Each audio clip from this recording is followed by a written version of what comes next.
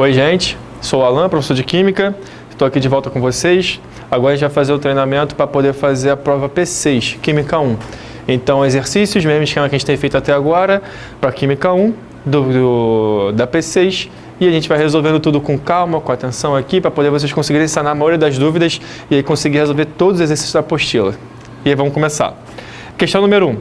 Questão número 1 ele diz que determine a definição de arrênios para bases e ácido para bases e diga por que é praticamente impossível medir a condutividade elétrica de um hidróxido que não seja de um metal alcalino. Então aqui são mais de uma pergunta. A primeira delas, ele quer saber a definição de arrênios para base. Então vamos lembrar disso aqui. Qual é a definição de arrênios? Até pegar para ácidos e bases, né? Para poder ficar uma coisa mais completa. Arrênios, ele fez essas definições de ácido e base quando ele estava tratando esses compostos em meio aquoso. Ou seja, meio de água. Então ele viu o que um ácido fazia na água e o que uma base fazia na água. Então quando ele viu essas ações desses compostos no meio aquoso, no meio da água, ele fez o seguinte, ele definiu que ácido, quando está em água, ele sempre libera H+. Ou seja, um cátion hidrogênio positivo. E a base, quando está em água, ela libera OH-. Então, eu tenho H+, e OH-. O que eu posso fazer nisso daqui? Tendo H+, e OH-, eu posso já determinar quem são ácidos e quem são bases. Na escrita química, o positivo sempre vem antes do negativo. Então, exemplos de ácidos: HCl, HBr, HF, H2SO4 e por aí vai. Todos eles começando com hidrogênio porque no ácido o hidrogênio é o seu positivo. E na escrita química é sempre positivo, depois negativo. Para a hidroxila, que é no caso o OH-, que é a base vai liberar OH-, ou seja, o seu negativo. O negativo é sempre quem vem por último, não é? Então se eu for fazer isso daqui, ó, sempre que eu vou ter como base, eu vou ter o OH no final, porque como ele é o negativo, ele sempre virá por último. KOH, NaOH, CaOH2, não importa a quantidade, Ca1, Ca2, sempre que você tiver o OH por final na sua fórmula, você pode considerar esse composto como uma base e é por isso que no caso o OH é negativo. Ele sempre vai vir no final da sua escrita. E agora eu estou pegando esses dois exemplos, ácidos e bases, e está focando no ácido, na base. A definição de arrênios para bases é essa: libera OH- em meio aquoso. Essa é a definição de base. Segunda pergunta: por que é praticamente impossível medir a condutividade elétrica de um hidróxido que não seja de um metal alcalino? Aí a gente vai para características de bases. Quais são? Primeiro, até para poder pegar antes dessa parte da solubilidade, bases fortes. Você vai saber o que é uma base forte? É só lembrar disso aqui, ó. Bases fortes. Na base forte você tem todo mundo da família 1A e 2A. Qualquer metal que seja da família 1A e da 2A ligado com OH vai formar uma base forte. E aqui os exemplos. Até podem ser esse daqui que a gente pegou. O potássio, família 1A. O sódio, família 1A. O cálcio, família 2A. Então essa galera aqui são fortes. Ah, mas e os outros metais ligados ao seu hidróxido, à sua base, ao OH? São fracos. Se não é 1A, se não é 2A, são fracos. Então aqui, ó, esses aqui são exemplos de fortes. Família 1A, família 1A, família 2A. Só que tem uma diferença. Eles são fortes, porque eles liberam bastante OH-. Mas, se você pegar as bases solúveis em água, aí são diferentes.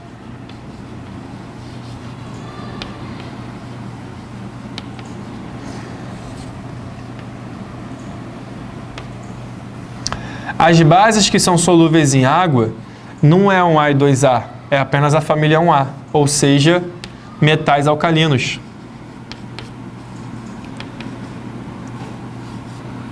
Então você tem metais alcalinos, família 1A,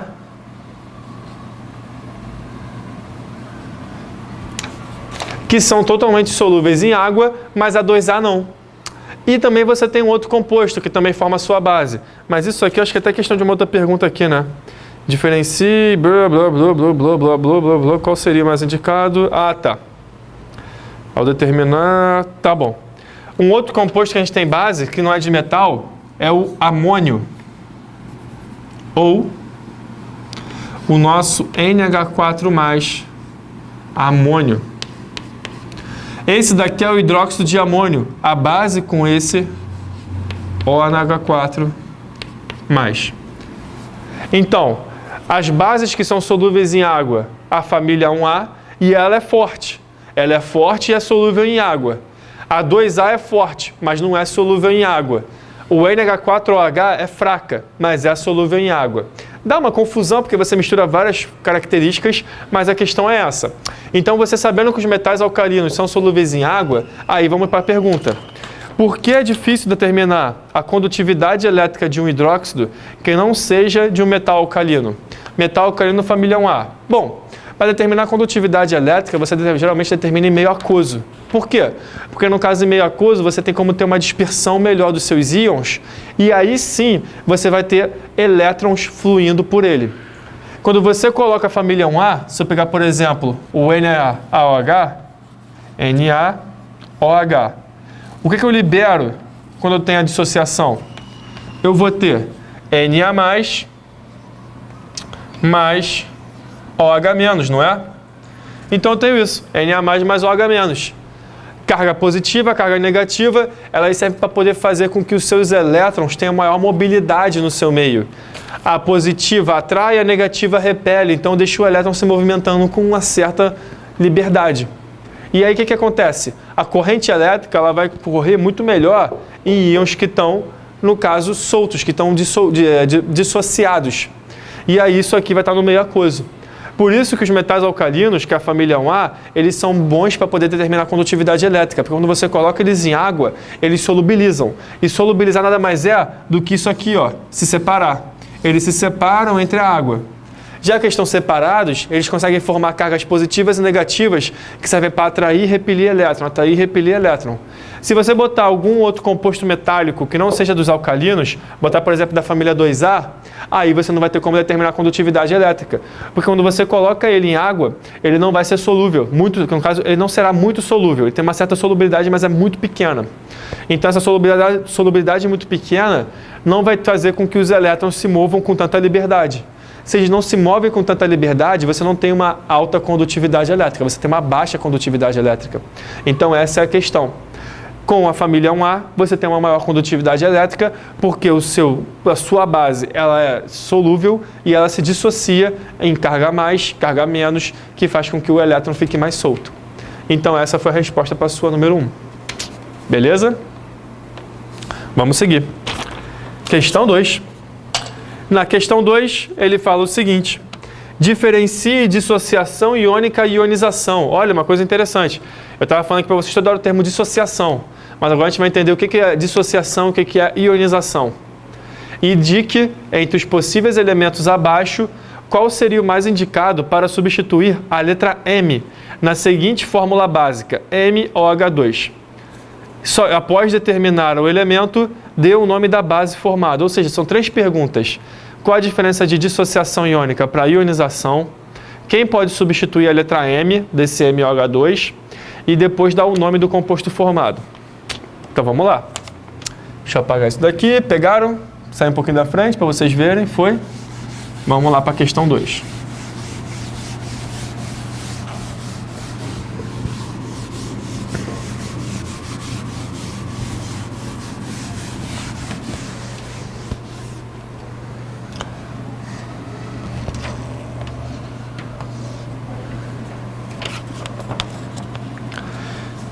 Tá bom, dissociação iônica e ionização.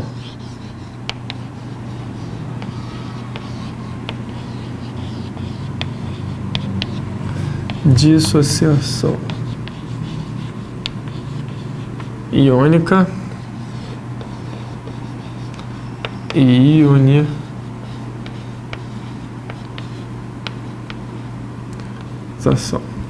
Qual é a diferença de um para o outro?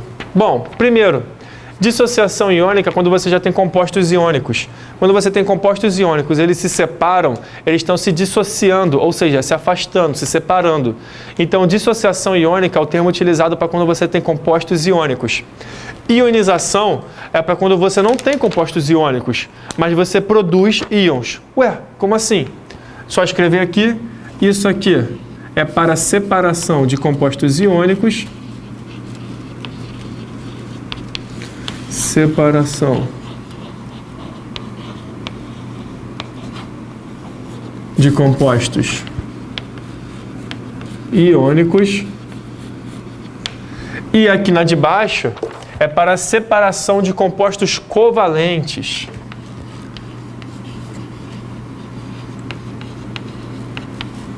Separação de elementos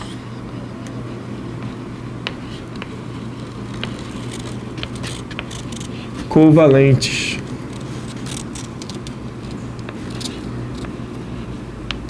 Beleza? E aí vamos entender melhor isso. Bom, se eu tenho um composto iônico, eu tenho que ter um composto metal e um ametal. Vamos pegar como base até a nossa base, né?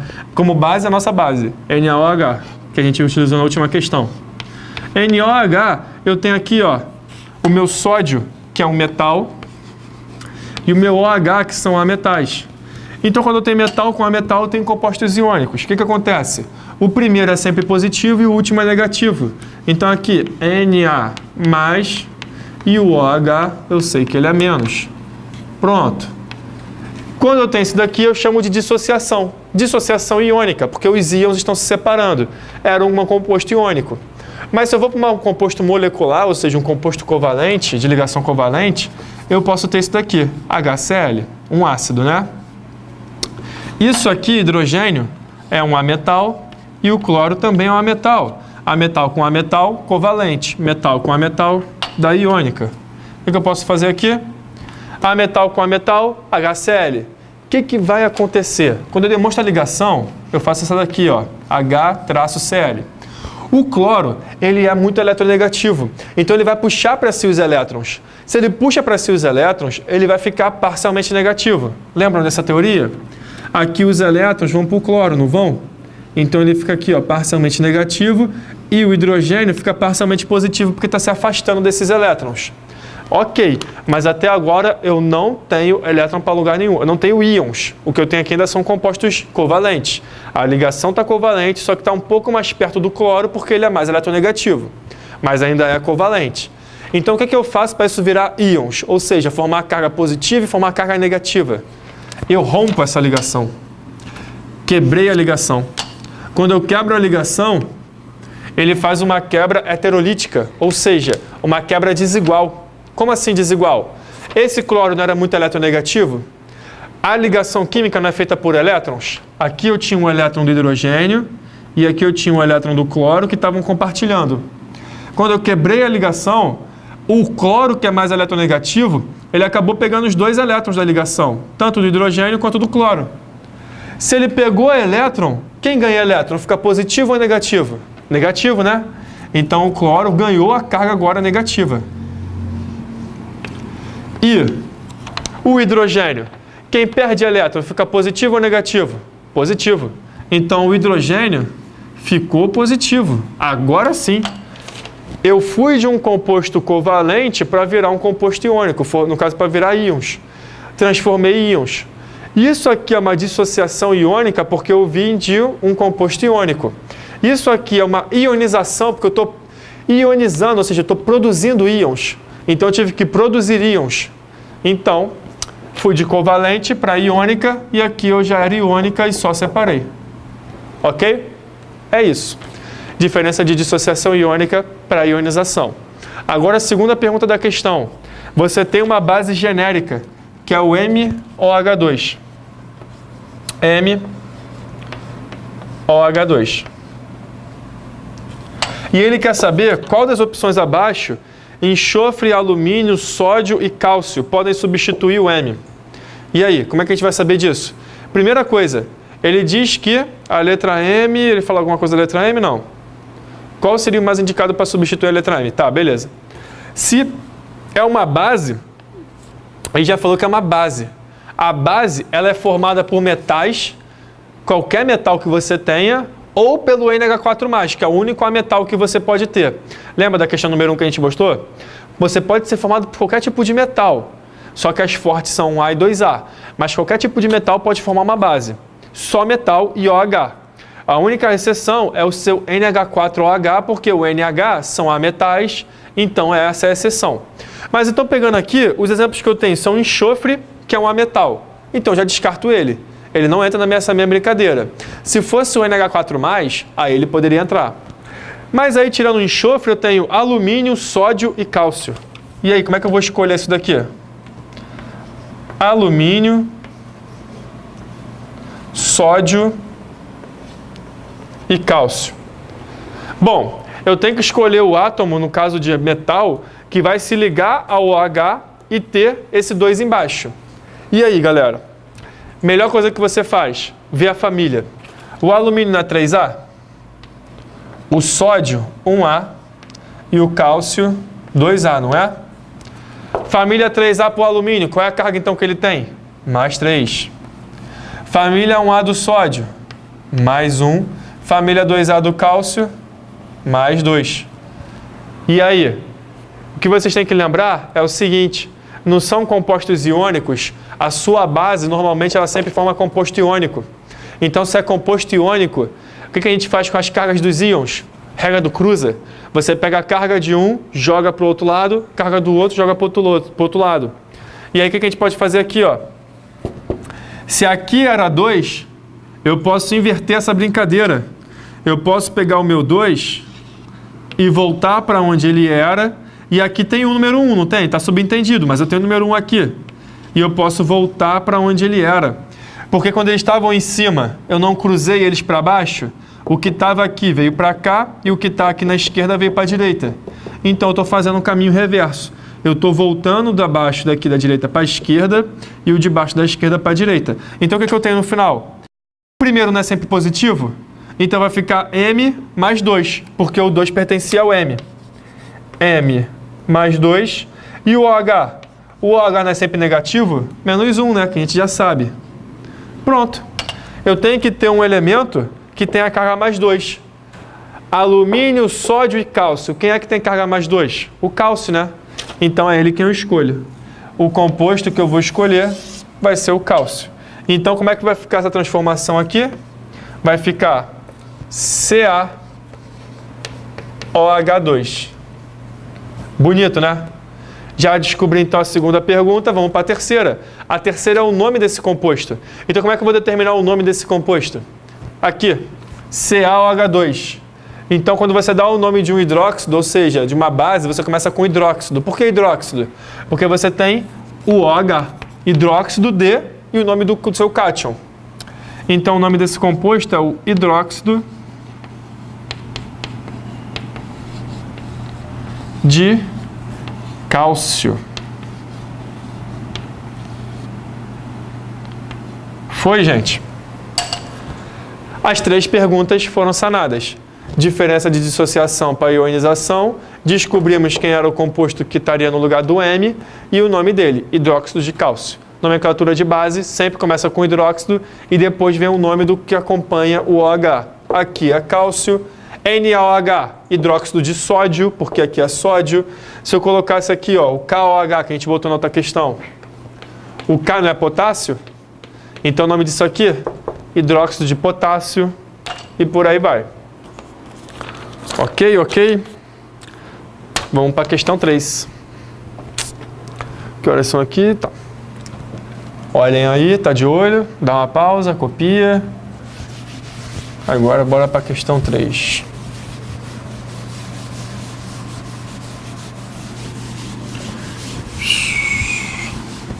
Coceiro.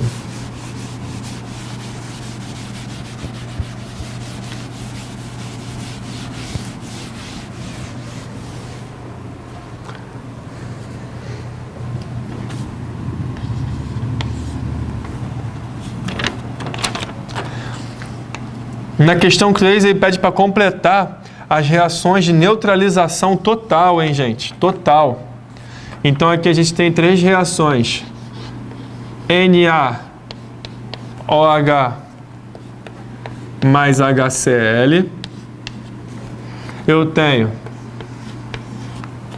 HNO3 mais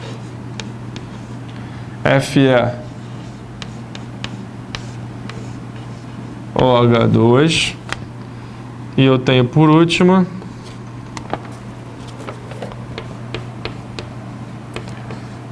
H3PO4 mais KOH. Beleza. Gente, ele está falando com vocês que a neutralização total. O que significa uma neutralização total? O que define um ácido é liberar H+. O que define uma base é liberar OH-. Uma neutralização total é quando você tem todos os seus H+, reagindo com seus OH- e não sobra mais nada. Não sobra, no caso, nem OH- e nem H+. Todos os H+ e OH- vão reagir entre si. E a gente vai entender o que eles formam. Quando eu falo que a neutralização é total, é porque todo H+ consome o OH- e vice-versa. Não sobra para o seu composto final. Lembrando que quando a gente tem uma neutralização, você tem a base e um ácido, ou um ácido e uma base, a ordem não importa, é sempre um ácido e uma base e um ácido, formando sal e água. É isso que você forma, sal e água. Então, vou ter aqui um sal e a molécula de água. Como é que essa transformação ocorre? Vamos começar então. NaOH, ele se divide em quê? Se divide em Na+, e OH-, né? HCl em H+, e Cl-. Beleza. O que eles vão fazer? Cargas opostas, se atraem ou se repelem? Se atraem. Aqui eu tenho OH- e H+, ácido e base, caráter ácido, caráter básico. Quando eles têm aqui negativo com positivo, eles vão se juntar, não vão? Mas olha só essa brincadeira. OH com H. Então, com o que eu fico? 2 hidrogênios e um oxigênio. Ué, 2 hidrogênios e um oxigênio, molécula de água. Então, aqui, ó. Então, eu formei H2O. É isso quando eu falo para vocês que todo H+ vai consumir todo o OH- numa reação total de neutralização. Não vai sobrar nada. Não foi todos os hidrogênios com as hidroxilas, que são os OH-? O que sobrou? Na e Cl, não foi? Positivo com negativo se atrai. Gente, depois que vocês pegam todos os seus H+ e todos os seus OH-, o que sobra é o sal. O sal é o que sobra numa reação de neutralização. Então, aqui sobrou o Na e o Cl. O meu sal formado é o NaCl.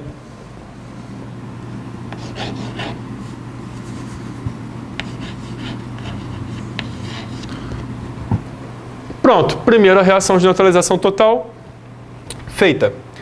Mas aí, nós vamos para a segunda. Uma dica que eu dou para vocês. Você olha aqui, quantos OHs eu tenho? 2 OH, não são? Então, como é que eu vou mostrar isso aqui, ó? Eu vou ter ferro. Lembra do que eu fiz na questão anterior? Esse 2 aqui, ele não pertence ao ferro? Ele jogou do ferro para cá. Então, o ferro vai ser mais 2. E aqui eu tenho OH- e OH-. E aqui, HNO3.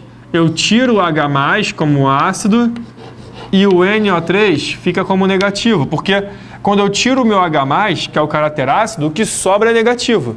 Só tinha um hidrogênio, então ele virou H+, o que sobrou foi o NO3. Então o NO3 vai ter que ser negativo. Então eu tenho essa divisão. Só que aqui eu tenho 2 hidroxilas para um H+. Se eu sei que eu preciso de um H+ para uma hidroxila, que é um OH-, para formar água, vai sobrar uma, não vai? Não, não vai. A neutralização não é total? A questão ele falou, neutralização total. Deixa eu saber aqui. Então, tudo que você tem de OH vai ser consumido com H. O que a gente precisa fazer aqui é balancear a equação, ou seja, aumentar a quantidade de H+. Só que como é que eu faço esse balanceamento? Primeiro eu faço isso daqui, ó. Eu esqueço que tem essa diferença de quantidade. Eu simplesmente pego todo o OH- com todo o H+. Não quero saber se tem mais OH- do que H+. Não importa, não importa. Ele falou total. Se é total, tudo isso aqui vai reagir. Todo OH+ vai consumir OH-. Lembrem disso. Isso aqui forma o que mesmo? A água, né? Isso. Pô, mas espera aí, professor, não estou entendendo. Eu tenho uma molécula de água e um H- sobrando. Guarda essa dúvida, vai esclarecer depois. Para finalizar, não sobrou Fe mais 2 e NO3, então eu junto eles, negativo com positivo. Só que aqui, ó, esse 2 do ferro vai jogar para cá e esse 1 do NO3 vai jogar para cá. Então o que eu tenho no final? Eu tenho ferro, NO3 com o 2 aqui fora. O 2 do ferro veio para cá. Nitrato de ferro mais água. Tá, eu falei para vocês que era uma neutralização total, então todo H+ pega o H- e forma água, o que sobra é sal. Beleza, mas eu estou vendo que eu tenho aqui uma desproporção, no caso não está proporcional a fase de OH- com de H+. Tem que balancear. Como é que eu faço o balanceamento? Aplico a regra do macho. Lembram dela?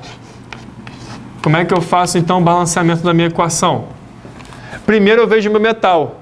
Se as quantidades de metais estão iguais. Como assim? Eu vejo o reagente e comparo com o produto, porque eu tenho que ter conservação de material. Se eu usei um certo elemento no meu reagente, esse elemento vai ter que ser conservado no meu produto. Então aqui eu tinha um ferro, não tinha? Aqui no produto eu também tenho um ferro. Está balanceado. Próximo passo é o ametal. O ametal, carbono, hidrogênio e oxigênio também são ametais, só que eu olho eles separados. Primeiro eu vou ver os outros ametais. O outro ametal que eu tenho é o nitrogênio. Aqui no reagente eu tenho só um N. No produto eu tenho aqui, ó, 2N. Então, para poder balancear isso, eu não posso mexer nos valores pequenos. Eu só mexo nos valores grandes. Então, o que eu faço aqui? Se eu preciso ter 2 N's, eu boto o número 2 na frente. Então, eu tenho que ter 2 moléculas de HNO3. Ah, agora está começando a clarear, não tá? Se eu tenho que ter 2 moléculas de HNO3, se uma molécula libera um H+, 2 moléculas liberam 2 H+. Então, agora sim, eu tenho, ó, H+, e mais um NO3-. Agora, um H+ pegou o H-, o outro H+ pegou o outro H-. Eu tenho 2 NO3, aqui, ó, 2 NO3. Foi, né? E um ferro e um ferro. Tá faltando só agora terminar a água. Se H+ pegou H-, formou uma água. O outro H+ pegou o outro H-, formou outra água. Então, quantas águas eu tenho que ter? 2. Isso é o meu balanceamento. E aí sim, todo o meu reagente está igual ao meu produto na questão de números de átomos, mas as ordens deles ficaram diferentes. Eu tenho aqui 2 H+, 2 OH-, 2 águas e tudo que sobrou virou sal. Para fechar, aqui a letra C dessa questão 3. Vamos lá. Eu tenho quantos hidrogênios aqui? Não são 3? Então, ó, 1, 2, 3. PO4, eu só tenho 1, não tenho? Sobrou ele. Ó, mas olha a questão. Mais dá mais 3, não dá? Aqui a molécula estava zerada, então o meu PO4 tem que ter carga menos 3. Esse 3 era dele. Ok? Então, PO4 menos 3. E o KOH? K mais e OH menos. Prontinho. K mais e OH menos e todos os meus hidrogênios. O que é? Neutralização total. Neutralização total faz o quê? Todo o H+ pega todo o OH-. Então, vamos fazer isso. Se eu pego aqui meu H+ com meu OH-, tudo isso se junta com tudo isso e fechou. Isso aqui me dá água.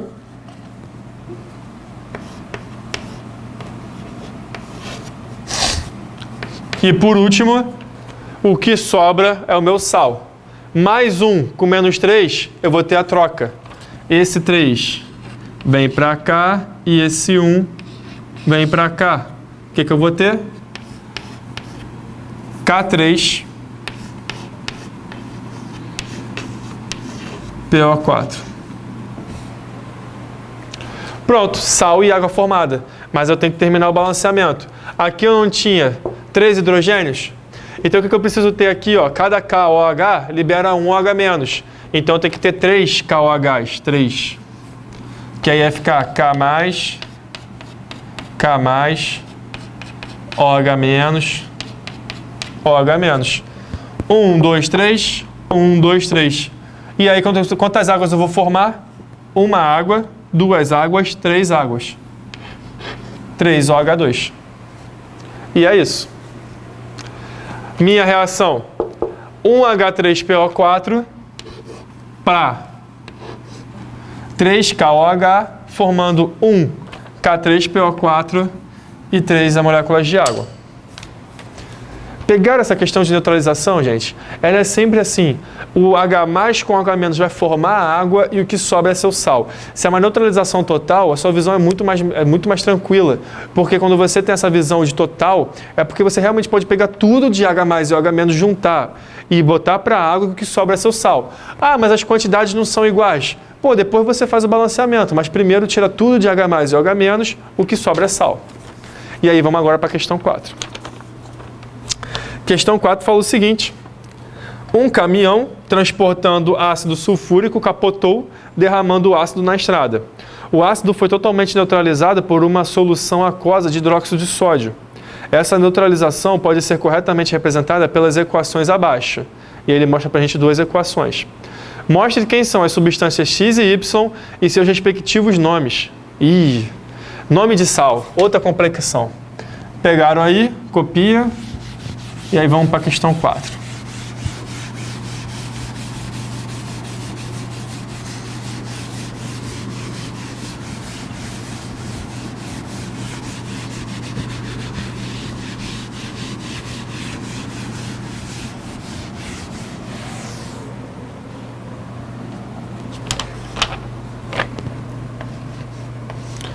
Na questão 4, mostra para a gente duas equações, H2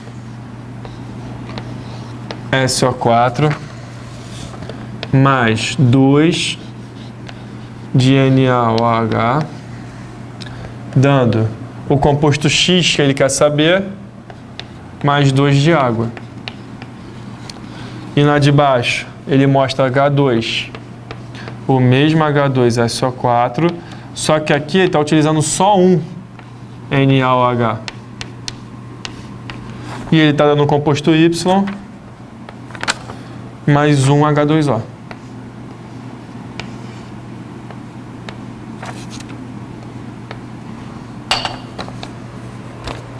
Prontinho. Ele quer saber o sal formado e seus respectivos nomes. Então vamos começar a brincadeira. Aqui é a mesma coisa que a gente fez na questão anterior. É só você ver quantos você tem de H+ com quantos você tem de OH-. Aqui não tem dois hidrogênios, H2. Então, ó, H+, H+. Aqui não são dois NaOH? Cada NaOH fica Na+ e OH-. Então, se eu tenho dois, eu tenho aqui Na, OH-, e aqui eu tenho um SO4, 2-. Esse 2 eu joguei para cá. Então, fazendo agora então a nossa brincadeira, eu não tenho que produzir duas moléculas de água? Aqui, ó, H+ com OH-, uma água. H+ com OH-, duas águas. Montei minha molécula de água. O que sobrou? 2 sódios e um SO4. Ué, 2 sódios e um SO4, como é que fica então minha estrutura? Na2, que são 2 sódios e um SO4. Esse é o sal formado. E na de baixo? Mesma coisa que a de cima. Tenho 2H+, 2H+, e aqui SO4, 2-. Eu só tenho um NaOH, então Na+, mais OH-. Vou tirar esse mais daqui. Pronto. Eu formei só uma molécula de água, não formei? Aqui, ó, H+ com OH-, molécula de água. O que Na, SO4 e um H+. Essa reação aqui de baixo, ela é uma reação de neutralização parcial. Por que parcial? Porque você ainda tem H+ sobrando. Ou poderia ter OH- sobrando, mas nesse caso sobrou H+. Quando você tem um H+ ou OH- sobrando, você tem a neutralização parcial. Na de cima, você consumiu todos os H+ e OH-, foi uma neutralização total. Então, se sobrou, enfim, sal é tudo que sobra. Você junta tudo que sobra e monta a sua equação. Lembrando que positivos vem na frente e depois vem o negativo. Então, como é que eu vou montar isso daqui?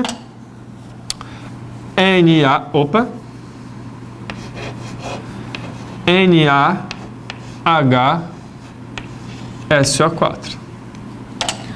Na mais, H mais e SO4 menos, vem por último. Aqui são 2 Na e 1 SO4. Fechou? É isso. Montamos o nosso sal, agora ele quer o nome. Como é que eu vou dar o nome desses compostos? Gente, composto sal, na apostila de vocês tem, eu acho que o módulo, não lembro qual é o número dele, mas enfim, tem um módulo que tem uma tabela só com o nome de ânions. Esse ânion aqui é SO4, SO4 2-, o nome dele é sulfato. Então, como é que a gente pega esse nome? Primeira coisa, sulfato. E aqui também é o mesmo ânion, sulfato. Lá vocês verão esse ânion e verão esse nome, como outros também que podem ocorrer. Como é que eu dou o nome de um sal? Primeiro vem o nome do ânion e depois o nome do cátion. Você inverte a ordem para a nomenclatura. Na escrever, cátion e ânion. Para dar o nome, ânion e cátion. Não é o sulfato? Só que qual é o positivo que está com ele? Não é o sódio? Então o nome desse sal é o sulfato de sódio.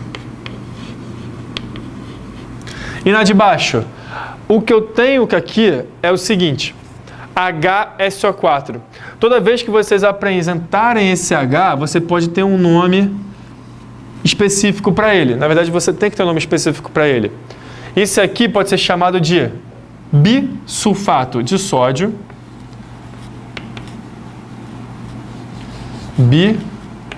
Bisulfato de sódio, porque esse tem H, por isso ele é o bi. Ou sal ácido sulfato de sódio ácido, que aí você sabe que você também tem um H+. Ou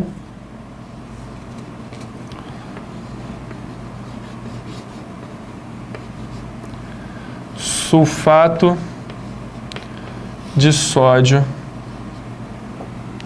ácido.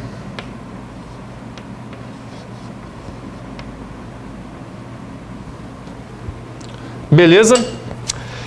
Tá, nomenclatura de sal também tem muita regra, muita coisa para ser lembrada, mas isso aqui você pode lembrar de uma coisa, SO4, como é que vem o nome sulfato? Ele vem do seu ácido sulfúrico, H2SO4. Quando você tem um H2SO4, o nome desse ácido é ácido sulfúrico. E aí o que acontece? Você tem uma transformação de ácido para sal. Porque para você ter um sal, você, no caso, uma das reações, as principais reações, é ácido base. Se vocês repararem, a parte negativa do seu sal sempre vem do seu ácido. E a parte positiva sempre vem da sua base. Então aqui a parte negativa vai ser meus ânions. E aí é o SO4 2-, que é do ácido sulfúrico. Então a gente tem uma conversão.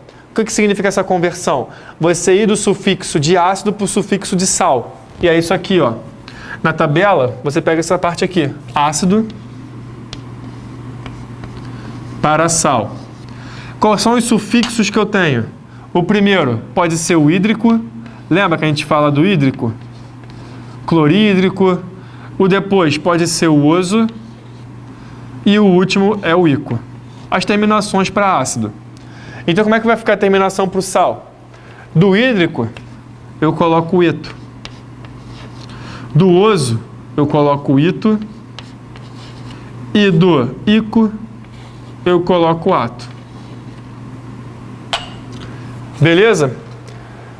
Então, se eu tinha o ácido sulfúrico terminando com ito, eu vou transformar o sulfúrico em sulfato.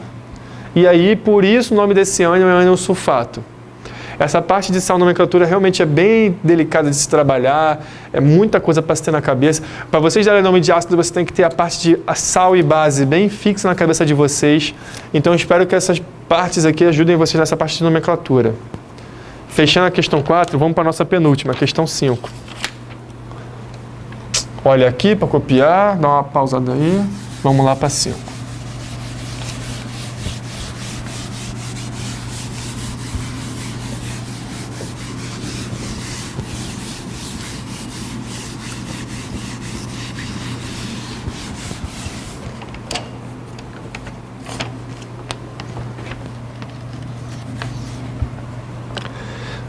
E aí ele está pedindo uma pergunta direta. Nomeie os seguintes óxidos.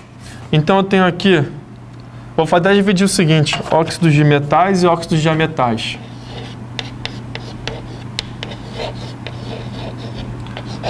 Óxidos, metais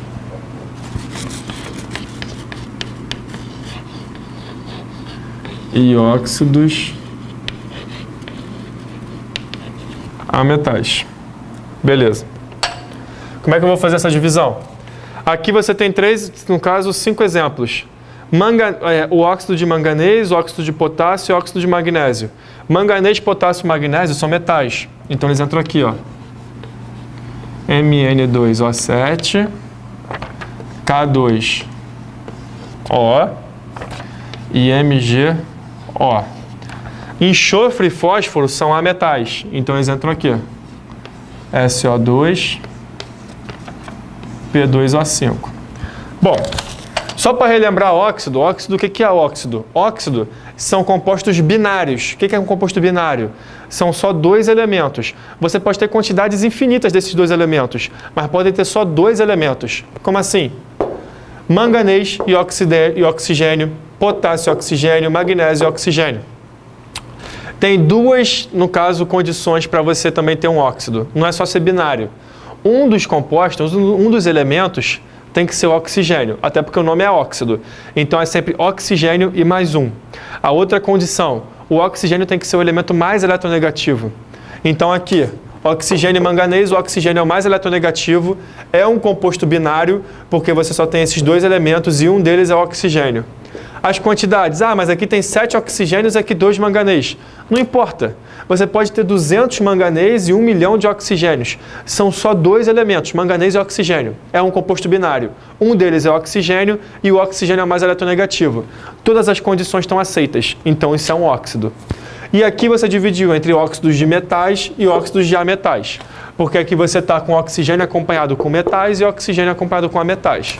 Por que eu fiz isso? Porque para dar nomenclatura de óxidos, você pode dividir dessas 2 partes para poder facilitar. Vamos começar com os metais. Com os metais é de certo modo mais simples. Um pouco mais simples, na verdade a outra também é. Mas aí o que eu faço? Quando eu tenho um elemento que apresenta variação de NOx, ou seja, o manganês, ele pode ter vários números de NOx. Aqui, se você pegar, lembra da regra do Cruza? 7 e 2. O 2 é do oxigênio e o 7 veio do manganês. O 2 é do oxigênio e o 1 é do potássio. Aqui o 1 é do oxigênio e o 1 é do magnésio. Tá. Isso daqui depois a gente vai fazer outra coisa. Deixa isso daqui para depois. Enfim, deixa assim. O que vai acontecer? Pegando aqui. O manganês, então ele vai ter a carga mais 7. Aqui o potássio mais 1. E o magnésio, na verdade, o magnésio apresenta a carga mais 2. Mas aqui embaixo está 1 e 1. Sim, mas o oxigênio é menos 2. Quando você faz a cruzada, você tem Mg2, O2. Eles são iguais, então você pode dividir tudo por 2. E aí isso aqui se transforma em MgO, que é o que a gente tem aqui. Beleza? Então vamos lá. Mais 7, mais 1, mais 2. O manganês, ele pode ter vários NOx. Ele pode ter mais 7, ele pode ter mais 5, ele pode ter mais 2, enfim. Ele pode ter vários valores de NOx. Então, quando você tem um elemento que apresenta NOx diferente, você tem que dizer na nomenclatura dele qual é o NOx que ele está tendo nessa situação. Porque a nomenclatura é a identidade do composto. Então, você tem que dizer o NOx que ele possui para poder você montar a estrutura do composto. Então, vem para cá. Se o manganês está com NOx mais 7 aqui, não é mais 5, não é mais 2, é mais 7. Como é que vai ser o nome, então, desse óxido? Bom, se é óxido, começa com óxido. Óxido de manganês Não é 7 o NOx dele? Óxido de manganês 7. Só isso. Você diz que é um óxido, o nome do metal que o acompanha e o valor que ele tem, quando são NOx variados, quando um elemento apresenta mais de um NOx. Mas aqui embaixo eu tenho elementos que apresentam NOx fixo. O potássio é mais 1 e o magnésio é mais 2. Eles não mudam. Família 1A, família 2A. Quando você tem NOx fixo, você não precisa nem dizer o valor do NOx, porque ele é fixo. Então, se você olhar aqui, segue a mesma regra. Óxido de potássio. Acabou. Você já disse que ele é um óxido e está ligado com potássio. O NOx dele é fixo, então você sabe que vai ser mais 1. Depois é só juntar oxigênio com potássio. E o de baixo? Não é o magnésio? Também NOx fixo, família 2A. Então é só você colocar que é óxido de magnésio. Pronto. Manganês, potássio, magnésio. Você colocando esses elementos, você sabe as cargas deles e aí você pode montar a sua estrutura. E para os ametais, como é que fica? Enxofre e fósforo. Bom, quando você tem ametais, você tem que dizer os prefixos que correspondem à quantidade de oxigênio e à quantidade do seu ametal junto dele. Como assim? Aqui eu só tenho um enxofre, não tenho? Então como é que eu vou fazer então esse composto? Esse daqui não são 2 oxigênios? Então é o dióxido de enxofre. Já que o meu enxofre é só 1, eu não preciso colocar de monoxofre ou de um enxofre. É só botar dióxido de enxofre. É um enxofre só. Você coloca o prefixo que corresponde ao número de oxigênios, seguido do nome do seu ametal agrupado. Mas na de baixo você tem 2 fósforos e tem 5 oxigênios. Mesma regra. Você mantém o prefixo que dá quantidade. Esse é o pentóxido. Pente, porque são 5 oxigênios. Só lembrar que o Brasil é pentacampeão, 5 conquistas de fósforo. Agora sim. O meu ametal, ele apresenta 2 fósforos. Então também tem que colocar um prefixo nele que diz essa quantidade. Pentóxido de difósforo. Foi? Essa questão então fechou, nomenclatura de óxidos. E por último, reações de óxidos. Questão 6. Vamos lá.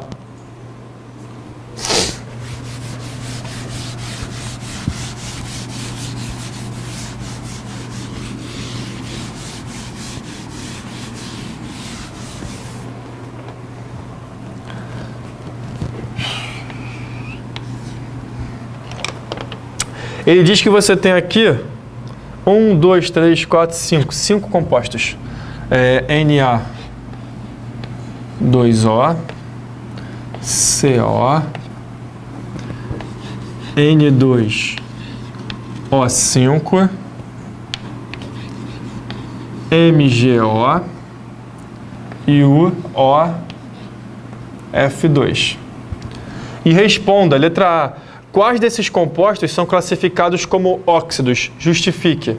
Então, na letra A você tem que saber quem são os óxidos. Bom, primeira regra, são todos compostos binários. Oxigênio e mais outro, né?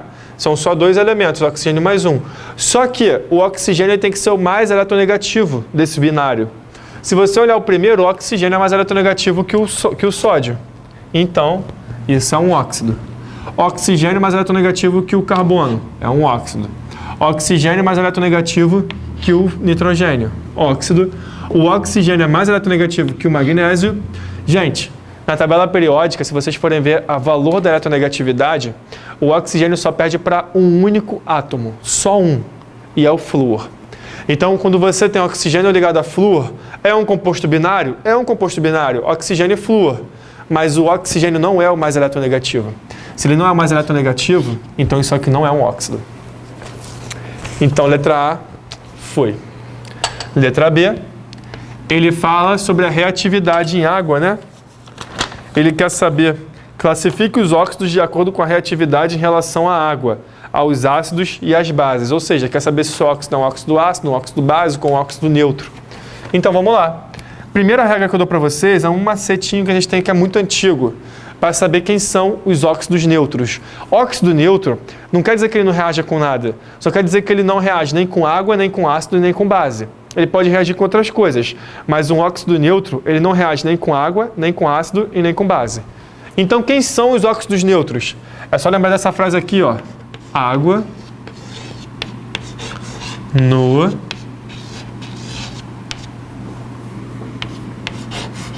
convite. Lembra disso, ó. Água no convite. Água no convite. Se fala rápido, água no convite. Lembra dessa frase? Que aí você vai saber que todos esses óxidos aqui são os óxidos neutros. Ou seja, eles não reagem nem com água, nem com ácido e nem com base. Então aqui, se a gente comparar esses óxidos com os compostos que eu tenho aqui em cima, o CO, ele é um óxido neutro. Então já defini o CO como neutro. Beleza. Outra coisa. Óxidos ligados a metais. Família 1A e 2A são básicos, óxidos básicos. Então aqui o sódio, família 1A, ele é a base.